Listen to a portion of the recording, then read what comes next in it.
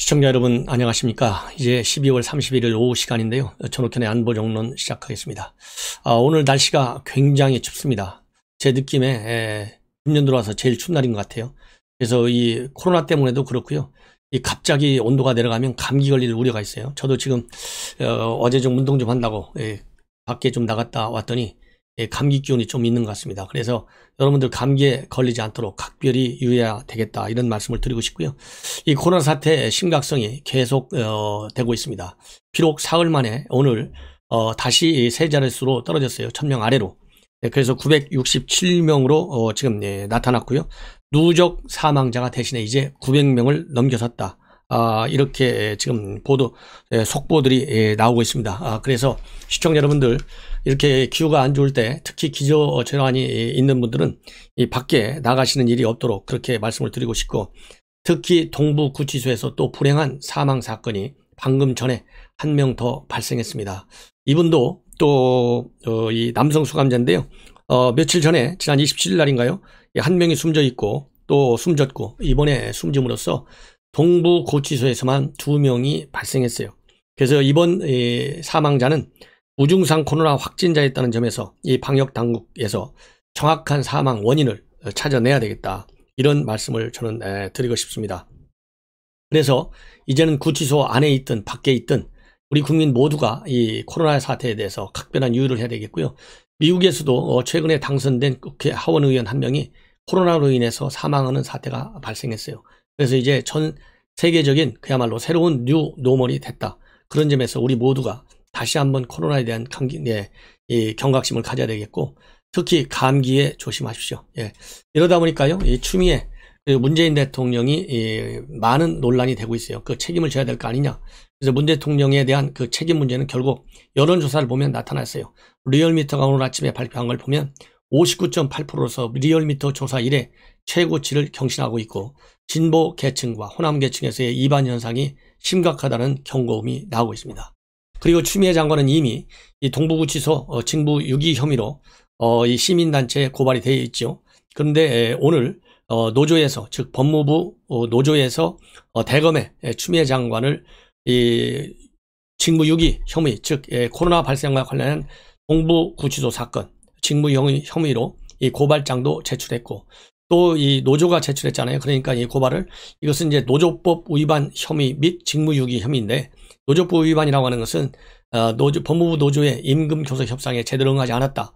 그래서 이 사무관을 교섭 대표로 위임하는 등 교섭을 의도적으로 방해했고, 임금 협상 체계를 마지막까지 거부하고 퇴임해버려가지고 노조법 위반과 직무유기 혐의가 있다. 이렇게 해서 고발장을 제출했습니다. 대검에. 그리고 노조가 요구하는 임금 관련 자료조차도 제출하지 않았다는 거예요. 그래서 이 노조 측 주장은 1년 내내 검찰 개혁에만 관심을 갖고 있고, 약자인 비정규직 처우 개선에 대해서는 전혀 관심이 없기 때문에 사실상 노조 탄압행위다, 이렇게 고발장을 제출한 것으로 알려지고 있습니다. 그리고 이제 인사 문제인데요. 결국은 이제 지금 유영민 전 과학기술부 장관을 비서실장에 앉히려고 하는데, 그것이 거의 다 내정이 되어 있다. 그 배경이 이제 언론에 쭉 나오고 있어요. 우선 부산 출신이기 때문에, 동양이기 때문에 또 좋은 점이 하나 있고요. 그 다음에 연배가 51년생이라고 합니다. 이 문재인 대통령은 53년생이고, 그래서 연배도 비슷해서 퇴임 후에 양산에서 지내기가 딱 적격이라는 거예요. 그 다음에 또 하나는 이분이 이제 IT 전문가라고 합니다. 이 사실상 LG전자에서 오랫동안 몸을 담아오면서 LG CNS의 부사장, 그다음에 포스코 ICT 사업 총괄 사장, 포스코 경영연구소 사장, 그래서 실물 경제의 박다 이거죠. 그렇기 때문에 포스트 코로나에 대비해서 지금 현재 문재인 정권이 역점을 두려고 하는데, 그런 점에도 이분의 전문성을 활용할 수 있다. 그래서 한국판 뉴딜을 집권 후반기 국정과제로 지금 제시되어 있는 상황에서 이거를 성공적으로 이끄는데도 많은 도움이 될 수 있다. 그런 측면에서 유력 정치인이나 측근을 기용하는 것 그 자체가 지나치게 여론의 주목을 받기 때문에 오히려 원만한 임기 마무리에 부담이 된다. 그래서 정치 통합과 안정적 관리에 방점을 두고 유영민 전 장관을 기용하려는 계획을 가지고 있다. 요렇게 지금 평가들이 나오고 있다는 점 말씀을 드립니다. 외형적 스펙을 가지고 청와대가 얘기하는 그런 논리, 물론 전혀 근거가 없고 틀린 얘기는 아니에요. 일면 타당성도 있다. 그러나 지금은 이런 전문성을 살리기 위해서도 뭐가 중요하냐? 전문성과 다른 얘기가 정부 여권 안에서 힘을 앞세워서 나왔을 때 힘을 앞세운 정치 논리를 전문성을 가지고 이겨낼 수 있느냐, 그런 분위기를 정부 여권이, 문재인 대통령이 만들어줄 수 있느냐 없느냐, 그것이 더 큰 관건이지, 이분이 가지고 있는 스펙, 이분보다 훨씬 더 좋은 사람도 많이 있겠죠. 그렇지만은 결정 과정에 있어서 이견을, 오로지 국민만 바라보고 이견을 제시할 수 있는 분위기와 여건을 대통령이 만들어내지 않고 수의 횡포를 계속하겠다. 그렇다고 한다면 지금 정부 청와대에서 발표하는 이런 논리 전혀 의미가 없다. 저는 그런 비판을 하고 싶습니다. 자, 그 다음에는요, 또 무슨 얘기를 또 하려고 그러냐면, 추미애가 사실상 이제 장관 임명되기 전까지, 박범계가 오기 전까지 장관직을 행사할 거 아니겠습니까? 그러면 1월 달에 있는 게 뭐예요? 이 검찰의 정규 인사가 있어요. 지금 추미애가 크게는 2번에 걸친 대규모 인사학살, 작게는 4번에 걸친 인사학살을 했어요. 이번에 5번에 걸친 인사학살을 갈 가능성이 있다. 이렇게 저는 판단하고 싶습니다. 근거는, 저는 항상 근거를 가지고 얘기한다 했잖아요. 김종민 민주당 최고위원이 오늘 언론에서 뭐라고 발표했냐면요, 인수인계를 하는 과정에서 박범계한테 추미애가 인사 관련 얘기를 할 수 있고 의견 제시를 할 수 있다, 이런 얘기를 했어요. 당연히 인사 관련 얘기를 해야죠. 의견 제시해야죠. 박범계가 장관이 된다면 뭘 인사에 관해서 알겠습니까? 안다고 해야 그들만의 세계에서 코드, 이 검사는 알지 뭘 누구를 알겠어요. 그 다음에 반코드 인사와 코드만 알지 진정한 그야말로 실력 있는 숨은 인재를 발견할 수 있는 능력과 그리고 해안과 철학과 그리고 의지를 가지고 있냐 이거예요. 저는 아니올시다, 이렇게 대답하게 할 수밖에 없어요. 그동안에 박범계가 한 얘기를 보면 그렇잖아요. 그렇기 때문에 전임 장관으로서 인사할 수 있는 거 또 해야 돼요. 그러나 문제는 뭐냐, 추미애는 지금 4번 인사가 뭡니까? 학살 인사로 돼 있잖아요.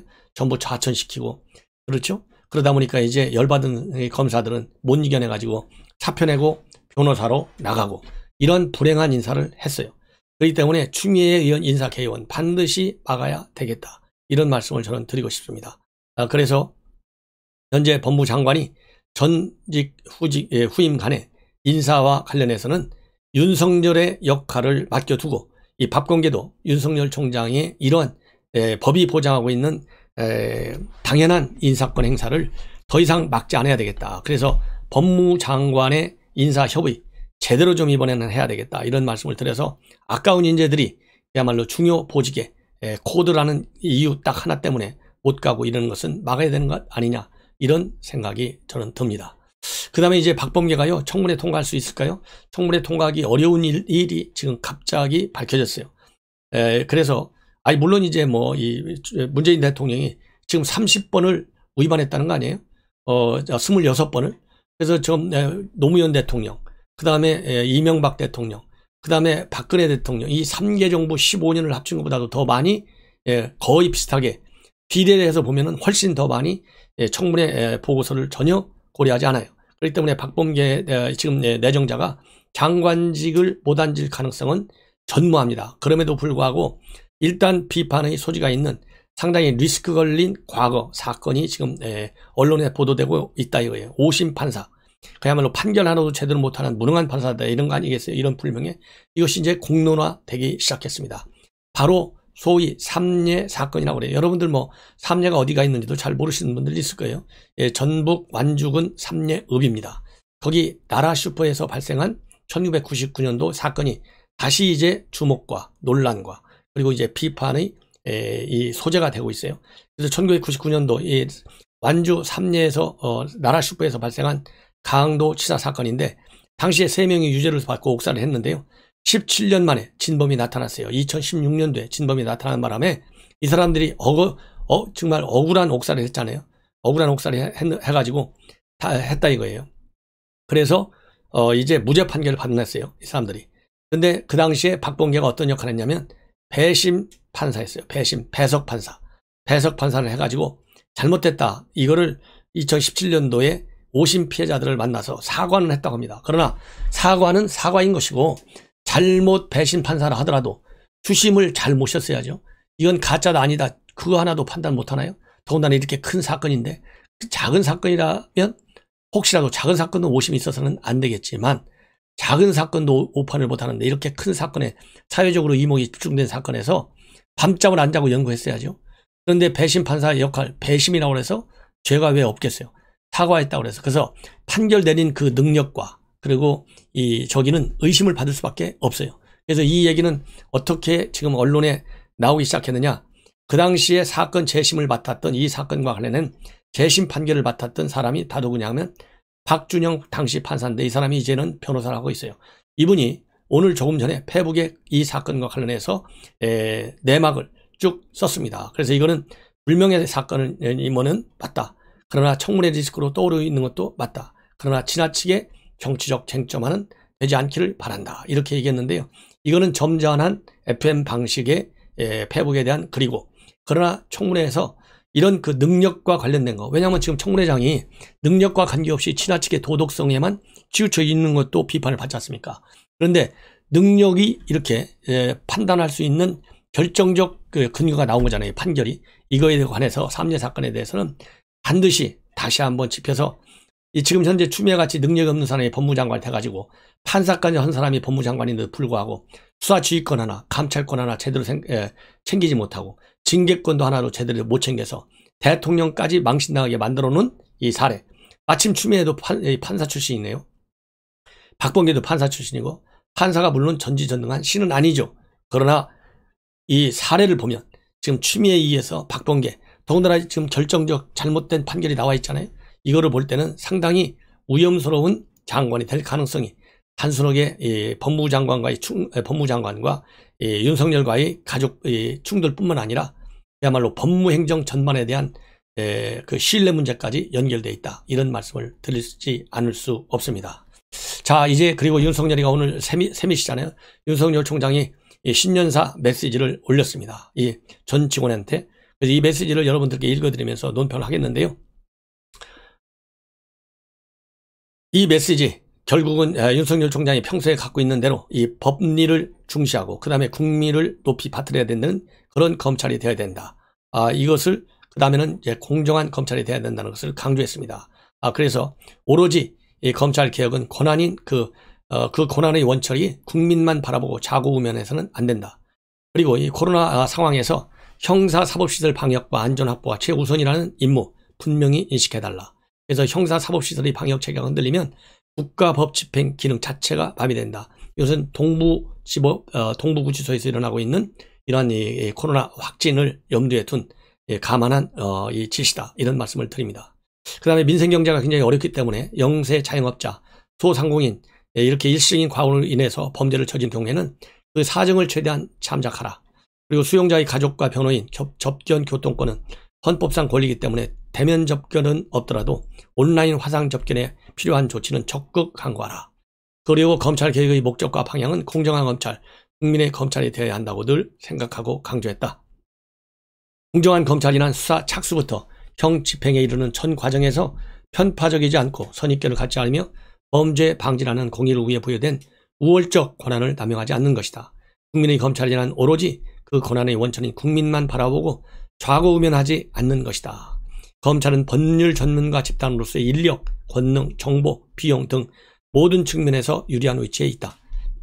법에 보장된 방어권을 단순히 형식적으로만 보장하는 것이 아니라 국민들이 법의 보호를 받고 있다고 생각할 정도까지 실질적으로 보장되도록 하라. 이렇게 지시를 했습니다. 여기에서 중요한 것은 국민이라는 말이 굉장히 많이 나와요. 공정한이라는 말이 많이 나옵니다. 그리고 접견 교통권이라고 하는 것은 사실상의 방어권이잖아요.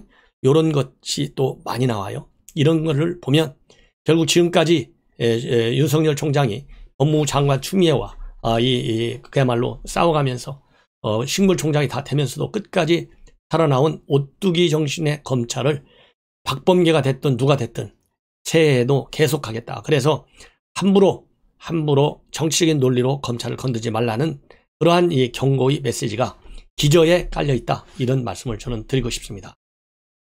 그래서 이 윤석열 총장의 이러한 이 메시지, 김진욱 공수처장이 오늘 아침 출근하면서 내놓은 메시지 중에서도 똑같은 공통 언어는 바로 국민이다. 국민에게 군림할 수 없다.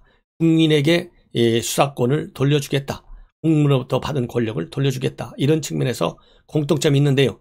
여기에서 얘기하는 국민은 하나의 국민밖에 없다. 이 어떤 국민이냐?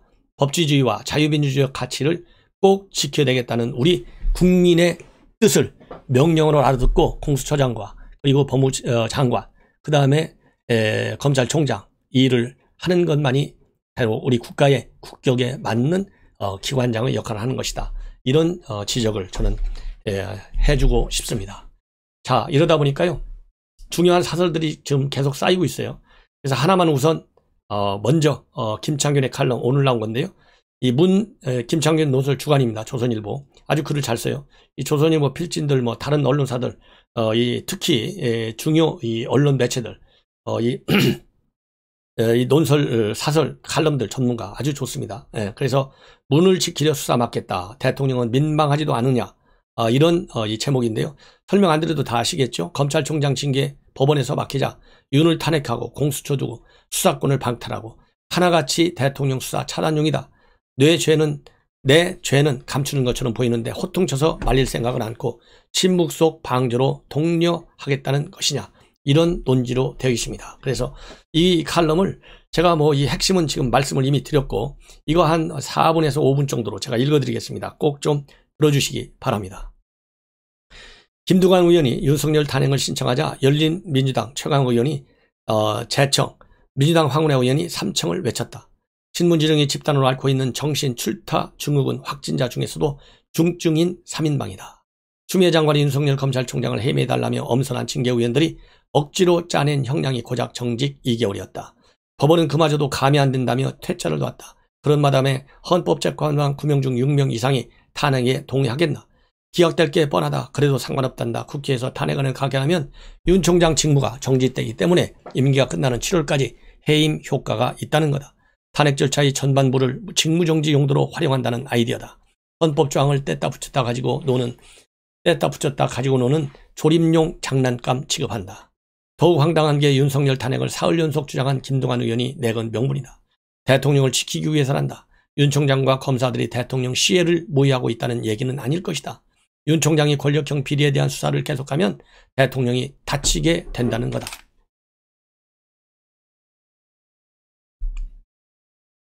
신문들은 윤석열이 검찰개혁 저지를 위해 권력 주변을 뒤진다고 한다.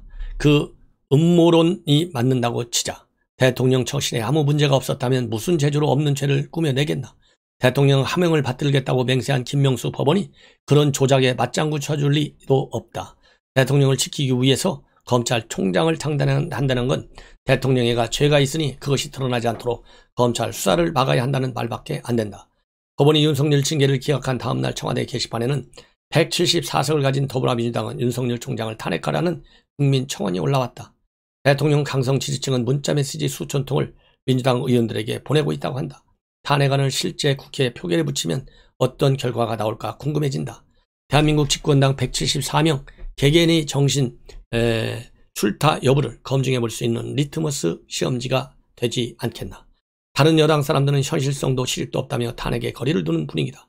그러면서 검찰총장 탄핵과 똑같은 효과를 낼 대체제를 찾고 있다. 공수처장에 대한 야당 거부권을 삭제한 개정안을 강행 처리하자마자 공수처장 임명 절차를 서둘러 마쳤다. 검찰 직접 수사권을 빼앗는 방안도 밀어붙인다. 그게 검찰개혁 2.0이란다. 대통령을 지키기 위해서 권력 수사를 막는 요수들이다. 올 한 해 국민 눈을 어지럽힌 추미애 장관의 광무도 마찬가지 목적이었다.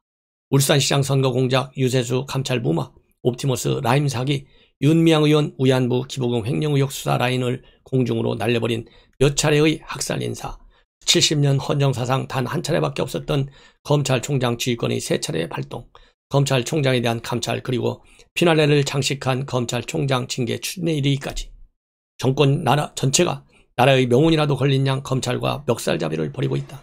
월성원전을 조기 폐쇄하기 위해 산자부 공무원들이 경제성을 조작하고 대통령의 30년 친구를 울산시장에 당선시키기 위해 청와대가 조직적으로 개입했다. 그들의 혐의 뒤에서 어른거리는 대통령 그림자를 들추지 못하게 하겠다는 거다. 대통령은 법을 어겨도 검찰이 수사하면 안 되나. 대통령도 법 위에 있지 않다. 죄를 지었으면 대가를 치러야 한다는 게 4년 전 광화문을 가득 메웠던 국민들의 외침이었다. 입만 열면 촛불혁명으로 탄생했다고 자랑하는 정권 사람들이 대통령을 지키기 위해 불법 수사를 막아야 한다는 주장을 웃음 염치로 내뱉나. 윤 총장 징계가 무산되자 대통령은 임명권자로서 사과한다고 했다. 자신이 임명장을 준 법무장관, 검찰총장 사이에서 벌어진 일 때문에 국민에게 심려를 끼쳤다는 것이다.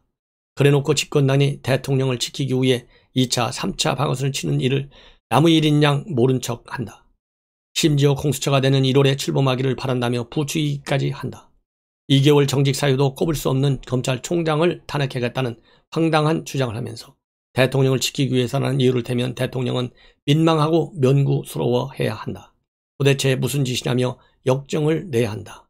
국민들이 내가 무슨 큰 죄를 지어서 감추려고 하는 줄 알 것 아니냐고 호통을 쳐야 마땅하다. 그런데 대통령은 그러질 않는다. 그 이유가 궁금해질 수밖에 없다.